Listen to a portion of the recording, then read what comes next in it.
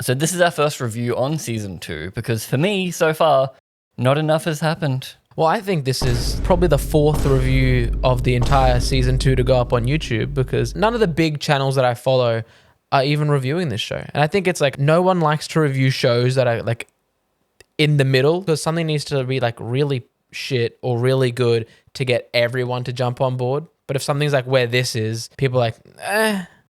Yeah, I don't hate it. I'm still watching it. Mm-hmm. But it really does feel so scattered and aimless. Mm-hmm. Although this episode gave me more than the others by far. Like this episode, I would say I enjoyed. It was much more focused, for one. Less buds. Mm-hmm. At least buds had something to do, I guess. Whereas like last episode, they appeared, ate some stuff out of a back of a van, and then we cut away and we didn't see them again because we were doing stuff with Maximus. And Maximus I don't care about, to be honest. Mm-hmm. Do you think this show would have worked better if they lowered how many like different groups you would see in episodes? So it would be like just Maximum and Buds in one, and they get like through a lot more of the story, but then you don't see him again until like you have like a gap where you don't see him at all. That's what most shows should be doing, but they never do. They think we're going to forget about each character if they're not there for a week. I mean, in fairness, I did forget about Maximus again, but that's what Game of Thrones used to do. Daenerys would just be gone for a while, and then we'd be like, what's she done? And then time has passed. Whereas in this, there'll be a cut back to the Ghoul and Lucy just to walk for like 30 seconds. They have one interaction, and then we cut away to something else. That doesn't give me anything. There's nothing to grab onto there. So like, why are they wasting my time? Just when things are starting to get interesting, and like the scene ends with the interesting part, you want it to keep going. But then it just stops. And overall, like, what have the Ghoul and Lucy done this season? Walked a lot. Exactly. And like, they did side quests, but that side quest was Lucy walking into danger. And then there's a little fight scene. Then Lucy walks into the next danger. There's a little fight scene. She's done nothing like character-wise until this episode because she decided to be on drugs. They cured the drugs too quick. I did enjoy the drugs. Like, I think I just like Ella Purnell, but her and the Ghoul are obviously by far the best pairing the show has. And again, because this episode actually focused on them and they gave Walton Goggins something to do in the past because most of this episode was in the past. I find the past the most interesting visually. I think it looks the coolest because like it's not the wasteland. The wasteland kind of inherently has to be grey, but in the past it's all pretty. And they have to make it work as well. We have to have like a running community and things have to be in motion. I mean, the sets are all still incredible in both time periods, but I don't find the story in the past that interesting because it's basically, hey, I need to go kill Mr. House, but we know that Mr. House doesn't die because we've played the game. But Walton Goggins actually gets to like act more and do more character stuff because he's not 200 years old. There's only so much you can teach a 200-year-old horse. And that's kind of one of the main problems is that this season does feel really stagnant. Yeah. But again, this episode did some stuff. Episode 4 ended on, I'll call it a great cliffhanger. You get the reveal of death claws throughout the episode and then you see that the strip itself has been taken over by death claws and you're like, oh shit, what's going to happen? Just for the problem to be solved within a minute. I'm rewatching Classic Doctor Who at the moment, and Classic Doctor Who's format is they're 20-minute episodes or 25-minute episodes, but every episode has to end on a cliffhanger because you have to come back next week for like a 6-part story. So each story has 5 cliffhangers in it. So a lot of the time it's literally like a bad guy comes out and he's going to shoot the doctor and the doctor's like, oh no. And then they like cut away to credits and it's really epic. But then the next time they cut back and he's like, I'm just kidding. Like so often. And that's what this was. They're like, the death claw's about to kill him. And then they cut away. And then when we come back this episode, the death claw's like, didn't know they were there. Yeah, it's interesting. And the show really does this. Like, you know, it's like lots of spikes because like the death claws are going to attack him. They get away. Lucy's addicted to drugs. She cures her drugs. Resolved immediately. She needs to go to a store and she steals stuff. She just kills the fake owner and then there's no repercussions. Yeah. Because she goes through this moment where she's like, I don't know who I am. And it's like, oh my God. But then when she walks out and takes the Addictol, it's almost like that just takes away all of her like character growth. Yeah. They were trying to, because it's like the very on the nose, who are you? I don't know. And I'm like, wow. That line did annoy me because, yeah, she walks past the store to buy a dick doll, but they're more expensive than she thought. So I thought we're going to do a side quest because video game adaptation. She's going to have to be like, what do you want? And he'll be like, get me this. And I'll be like, it's going to be lazy and boring, but at least we might do something. We'll get another action scene out of it. But instead, she just walks in and steals it, which is also fun because I'm like, that's what I do in the game. I'm just like one of these for me. I don't remember the games as well because it's been so long. So you're getting a lot more of the nostalgia hits. Yes. But one of the main problems of all of season 2, less of season 1, is that everything's kind of too goofy for me because the actual owner comes down and catches her stealing. Actual owner. Yes. Instead of it being this actual like moral quandary of like, oh, what do I do? Or even she has to talk her way out of it. Yes. He's an absolute moron. Like everyone in this show is a goofy moron. Have we met anyone that isn't a goofy moron apart from our main characters? People in the vault excluded. Although, because even them, All Wastelanders. all Wastelanders are goofy like Borderlands characters. The character with the thin mustache in the Brotherhood is like the most competent Yep. like character in Maximus's Maximus storyline. is a moron. Because Maximus is a moron, everyone in the Brotherhood's a moron. The scribe guy is like a zealot, Yep. so he doesn't count. I fucking hate the Brotherhood. Lucy herself is a moron, or at least like oblivious. The ghoul's different because he's like lived in the world and he's also like the cool cowboy. Yeah. But then you don't really know anyone else. Everyone else they stumble across is like that. That's the thing. The interactions are played like automatically makes Lucy and the ghoul or whoever's interacting the smartest person in the room, Yeah. even though they have their own downfalls. Like when they meet the flea soup lady, like you think she's gonna end on something cool, and she's like, "If you find his body, He owes me give money. me the money." And that does nothing. That was literally just, them walking. And then, but like half the executive assistants in the Buds storyline, they're goofy like, actually. Yeah. And that's annoying. Shouldn't we do this, boss? Yeah, except the one main competent guy who's Rico's, I'm going to call him Rico because of Hannah Montana, Lucy's brother's antagonist.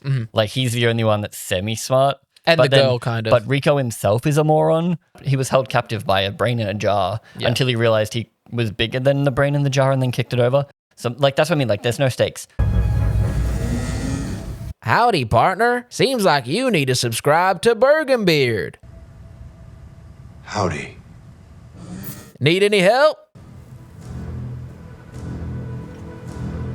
Back on top, Lucy is in this store where she's just stolen from who she thinks is the owner.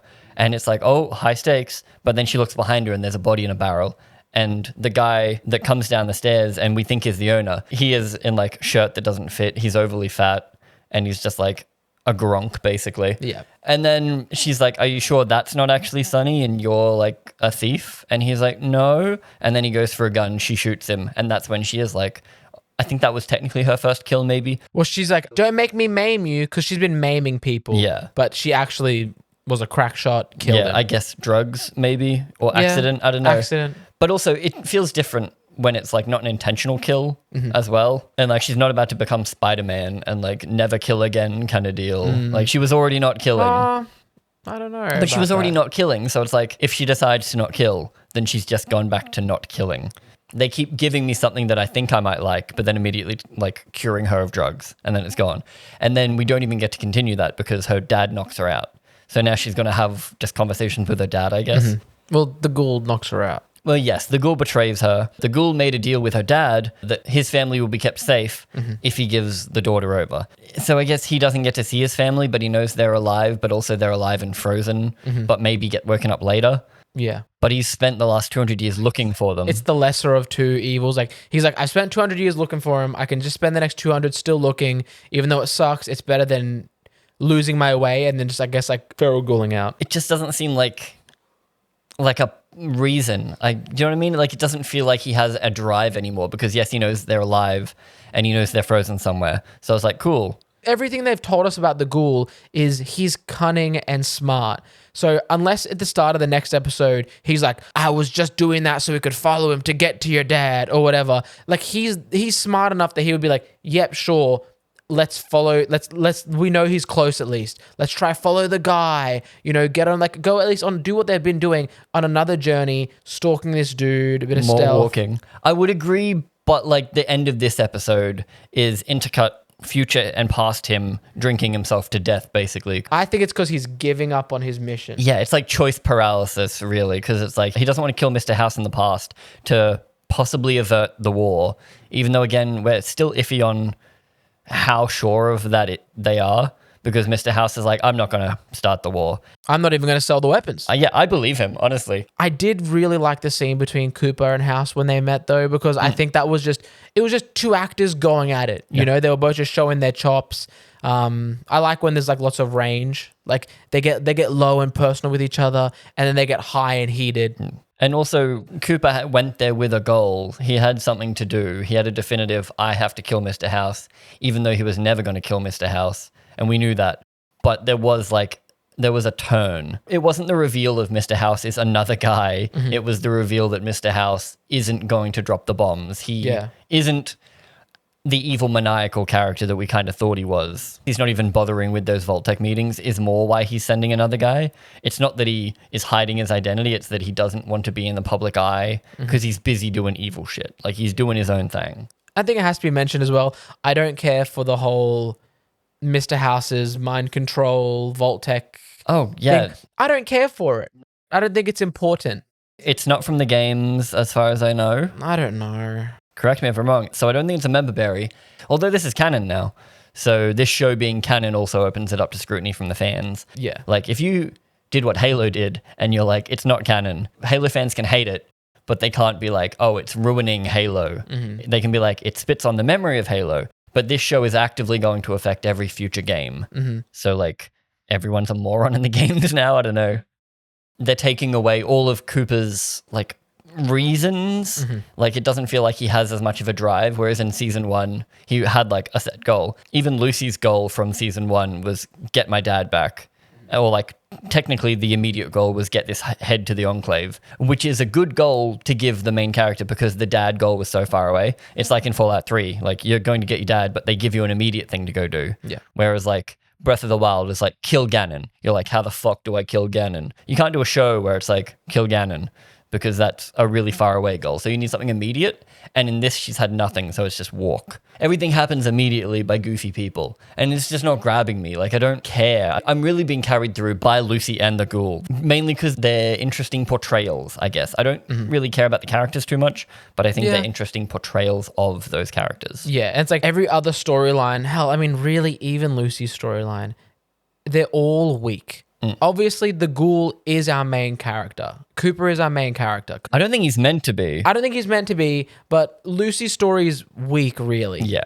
Rico's story, weak. Everything happening in the vault, weak. And it's just adjacent to Cooper's story. Yeah, and I guess he kind of actually is because he also has double the screen time because he's in 2 of the storylines. So I'm only interested in the vault stuff because it relates back to stuff that Cooper's doing. Yes. Like the difference between main character and person driving the plot. Coop has everything going for him. Like he's the one doing it. But Lucy was our POV. She was what brought us into the world. Yeah. She's naive because we're naive. We're learning with her as well, if you don't know about the ways. Yeah, if you haven't played Fallout, she's you kind of deal. I guess that is kind of like both bases covered, like a person that's new to the show and a person that's like a seasoned player. And it's also, we were saying this in episode 3 maybe, that Lucy is like one play style, Coop is the other play style. But also, does that mean anything to casual viewers? Yeah, I don't think so. Because from what I can tell, this show is kind of pissing off hardcore fans. I also don't think they're learning anything. Especially not Lucy, because she's been taught the same lesson since she left the vault, really. Yeah. That the wasteland is a rough place that's going to chew you up and spit you out, and there's no one you should trust. She learned that straight away. In episode 1, she's like, screaming, I better go help that person. And then injure the one person that's kind of been with me, even though he's a dick, sure, he's a dick like every time, and she does the same thing. But then she walks off, gets captured, and then he has to save her. Like, and then we meet Caesar's Legion, Kaiser's Legion. That's a thing. She says, no, you mean Caesar's Legion? Apparently the way you actually pronounced Kaiser back in the day, back in Rome. Kaiser. People on Reddit, like Romophiles, I don't know what you'd call yourself, people that fucking love ancient Rome. Yep. If you're like Caesar, they're like, aha, actually it's Kaiser.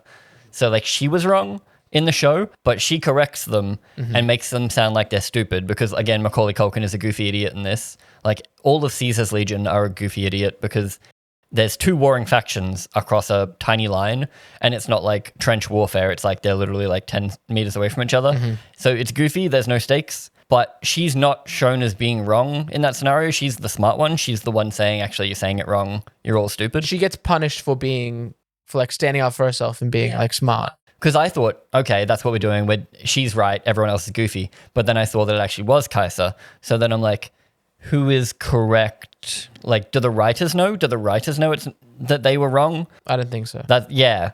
I guess they don't know like the historical context. They're just making references to the game. I just always remember that Caesar's Legion was like the scariest faction. And I was like, I'm like, scary. Like, they're going to kill you. The first time you see them, you walk into a town and there's like rows of people like crucified. And you're like, holy shit, I shouldn't mess with these dudes. And I never sided with them. I always like fought him. But in this, they're goofy. Yeah. It's like, we're going to see who gets your virginity. I don't want to say I get it, but like, they are post New Vegas the game, which means Caesar's dead, which means it would be disarray. So maybe they would, but like, surely they wouldn't be goofy idiots now. They would be like more lawless. I don't know. It's just a weird take on it, especially because we already don't have a threat, like a real threat. Hello. I'm Robert Howes. The only other thing in the Ghouls storyline / Cooper storyline is the Mr. House misdirect. Why were we misdirected about Mr. House? What? Because the first episode shows you Mr. House on a TV screen, and it is who we now know to be the fake Mr. House. Yep. And then they cut to a mysterious man in the back of the bar that looks incredibly like Mr. House, but older and probably more like Mr. House. And then they're like, no, he's not Mr. House. And if you, on Amazon, you can see who's in the scene. And he doesn't get a name. Yeah. So, like, they were playing it as a mystery. But we're like, he's Mr. House, right? But everything he did didn't seem Mr. Housey. Mm-hmm. Genius, sure, because doing experiments. Him getting his hands dirty felt weird. Yes. I feel like House is more of like a puppet master character. Yes. A fingers in many pies. He's always been pulling the strings. Which is why it's the big reveal that he's actually a computer. Because you're like, oh, why did I never see the real Mr. House? Oh, it's because he's not a person. I may be wrong. I'll look into it. But I'm pretty sure he's orchestrating everything and the events that led to the start of Flight New Vegas and the courier getting shot. You didn't know it then, but you were delivering it to him. Like, yeah. He's always doing everything, and then you find out in the past he wants the mutually assured destruction because he's manipulating everybody so that he can be the one who lives through it all. Which is why it felt so weird that he is now in a pub trying to fight big burly guys and maybe getting lucky. Like, yeah, the him putting the thing on seems like an insane turn of events. If he was like a Sherlock Holmes-esque character, yeah, where like Robert Downey Jr. Sherlock Holmes, like, oh, it's just RDJ, but then he's like the most tactical fighter. Yeah, but no, it's like, why is this billionaire risking going out to find his own like subjects when he won't even risk being in a board meeting with like the Vault-Tech. with Vault-Tech? Yeah, so like that's a weird. It was for a reveal, obviously, but the reveal didn't do anything except confuse us because we were like, oh, we were right. That was Mr. House. That wasn't mysterious other guy. Yeah, like guy who looks interestingly like Mr. House was Mr. House. I'm shocked. And also the other guy really didn't get any screen time except for being like in those meetings occasionally. So it's not like he did anything, and finding out that he wasn't Mr. House changes everything. Also, has he been playing Mr. House since he was 20? And I'm like, that guy isn't that old. Yeah. So You like know? when was the last time people saw Mr. House, or did they never see Mr. House? And a rich guy came out and anyway, it doesn't really matter, but that's what I mean. The reveal doesn't matter. Like, it changed literally nothing for me except clarified my confusion. So now I'm less confused, I guess. Yeah. If it was a reveal for people, like, were they shocked? I think for people who like went into this completely blind, no idea about anything, I think even they were like, huh, like, is he like Mr. House is my father? Like, is that what you mean? Oh, no, Like, no, it's just not him. It literally changes nothing. Yeah. Speaking of things that don't change anything, the Bud's Bud storyline. Hate it, by the way. Dislike it. Reveal-wise, Buds, the start of his whole thing is pointless. They go to the Vault-Tech head office. They meet the crazy lady from season 1, and my name is Earl. And she's like, hey, your sister's probably dead. Bye. And then they go upstairs to an office. And the actual thing we find out is Rico finds the forced evolutionary virus paperwork. And he's like, what's this? But then the cable gets pulled out by his rival, and then he gets choked out. But he has a little with a girl first. Very true. But completely pointless, to be honest, apart from like it gave fans of the game a forced evolutionary virus reference, and I guess we're going to get a super mutant this season, because I remember people talking about in the trailer, there's like a grunt or something, and everyone's like, I Don't hate it. Yes, I like it more than Maximus, I think. Yep. I think Rico's just more competent. Yeah, like more can happen. Like I feel like Rico's doing something. Like Rico has a goal. Maximus keeps having goals thrust upon him. Like Mustachio gave him Cold Fusion and was like, run. And now he's running. Like he has no goal in mind apart from, I don't want to be back with the Brotherhood because they're stupid. And like Kumail Nanjiani was there for a second, and then he caved his skull in. They were killing ghouls super easily, but Cooper is also a ghoul and Cooper can't die. So ghoul power levels change. Doesn't really matter again, but it's just kind of weird that, yeah, you shoot a ghoul once and it goes down. Lucy shoots a bunch of the kings that are ghouls now, and it kills them pretty much one shot for each of them. But then like Cooper gets speared on a giant pole because Lucy is immune to drugs now. I don't know. She was like tranked. She wakes up just enough. She fists him through a window. And then he gets bored of her. And then, yeah, she punches the shit out of him with her new power glove. And then she passed out on the floor. So it really was just like we need to get rid of Coop for a second so that the other one can arrive for a second. I'm just like, a lot of this show is just kind of happening. And I'm just kind of like, why? Like, I don't get it. Have you ever seen the clip of the writers of South Park being like, you should never write and. Yep. And then it should be therefore or because of and leads to. Like, I feel like these people were like, Vault, Death Claws, and Freeside, New Vegas. They know the ending. They know the cliffhanger they want for season 3. It's okay, guys, how do we get them here? And then it has to feel like the least amount of complex steps, because if they went through too much, it wouldn't lead them to that end goal. But they came up with no ideas because, yeah, it's Lucy walking. So, like, yeah, they had Caesar's Legion written up on the board, and they're like, shit, how does she get to Caesar's Legion?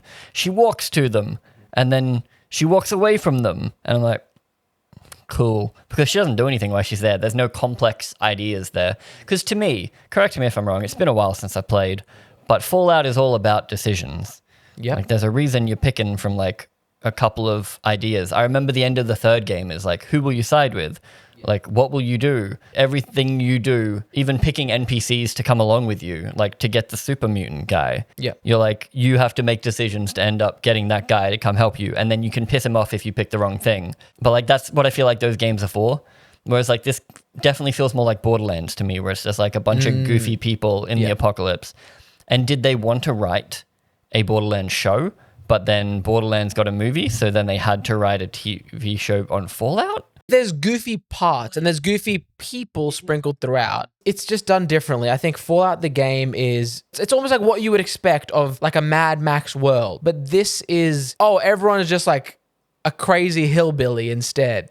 You know? It's like, no, like you're missing the point. It's like the government went back to sheriffs and cowboys, and, you know, the traders are moving around with like bulls with wagons and carts. Like there's like science fiction and steampunk, and there's like purists, like these Brotherhood people who kill everything, and like these remnants, they want to like uphold these remnants of the old world and stuff. But now the Brotherhood are frat boys. Yeah, it's like every character is dumbed down, and they're the same character. Everyone is a dumb redneck wearing a hat. Oh, which one am I? I'm the one wearing the hat. Yeah. I'm the one wearing the NCR hat. I'm the one wearing the Caesar hat. You know, where they wouldn't have these like distinct characters. We might have like one person in each of the factions who's like, hey, that's kind of cool.